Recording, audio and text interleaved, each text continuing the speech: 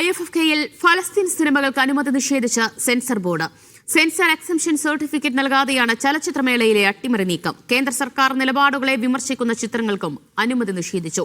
ഫലസ്തീൻ പാക്കേജിൽ അനുമതി കിട്ടിയത് ഒരു ചിത്രത്തിന് മാത്രമാണ്. നടപടിക്കെതിരെ CPM general secretary MA baby രംഗത്തെത്തി. അനുമതി നിഷേധിക്കുന്നത് അറിവുകേടാണെന്നും പ്രതിഷേധമുണ്ടാകുമെന്നും സംവിധായകൻ അടൂർ ഗോപാലകൃഷ്ണൻ പറഞ്ഞു. വരും കാലത്തും ഇത്തരം സിനിമകൾ ഇവിടെ പ്രദർശിപ്പിക്കരുതെന്ന മുന്നറിയിപ്പാണ് ഇത്തരം നടപടികളിലൂടെ നൽകുന്നതെന്ന് സംവിധായകൻ കമൽ പ്രതികരിച്ചു. അവയിൽ പലതും പല ഇൻ്റർനാഷണൽ ഫെസ്റ്റിവൽസിൽ കാണിക്കുകയും അവാർഡ് കിട്ടുകയൊക്കെ ചെയ്തിട്ടുള്ള പടങ്ങളാണ്. ഇത് കാണിക്കാൻ പാടില്ല എന്ന് പറയുന്നത് അറിവുകേട് കൊണ്ടാണ്. അതുകൊണ്ട് ഇങ്ങനെ അറിവുള്ളവർ വേണം ഇരുന്നിട്ട് ഇതൊക്കെ തീരുമാനിക്കാനായിട്ട്. കാരണം സിനിമയെ പറ്റി അറിയണം, ലോകത്ത് എന്താണ് നടക്കുന്നുണ്ടെന്ന കാര്യങ്ങളെപ്പറ്റി അറിയണം. അതിങ്ങനെ ടൈറ്റിൽ കണ്ടിട്ട് ഇങ്ങനെ വരേണ്ട ആവശ്യമൊന്നുമില്ല. അങ്ങനെ ഒരു അറിവുകേട് കൊണ്ടാണ്, ശ്രദ്ധക്കുറവ് കൊണ്ടാണ് ഈ പടങ്ങൾ കാണിക്കാൻ പാടില്ല എന്ന് പറയുന്നത്. സരിസ ശോഭാചന്ദ്രൻ,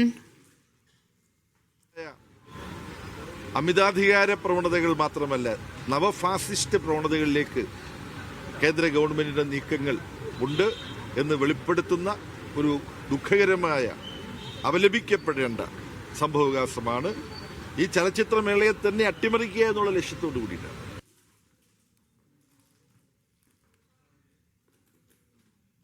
അയച്ചു കൊടുത്ത് അതിൽ ആദ്യത്തെ ഒരു 19 എണ്ണാണ് ഇനി നമുക്ക് കിട്ടാനുള്ളത്. അവസാനമായിട്ട് കിട്ടാനുള്ളത് 19 മൂവിയാണ്. ഇത് വളരെയധികം ബാധിക്കുന്നത് ഷെഡ്യൂളിങ്ങിനെയാണ്, കാണികൾക്ക്.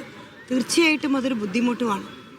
പല വിസ എടുത്ത് അല്ലെങ്കിൽ ടിക്കറ്റ് എടുത്തിട്ട് ഇവിടെ വന്ന ഫിലിം മേക്കേഴ്സ് ഉണ്ട്, അതുപോലെ തന്നെ ഫിലിം എന്തൂസിയാസ്റ്റ് ഉണ്ട്. ഇവരൊക്കെ ഇവിടെ ടിക്കറ്റും എടുത്ത് വന്നിരിക്കുകയാണ്.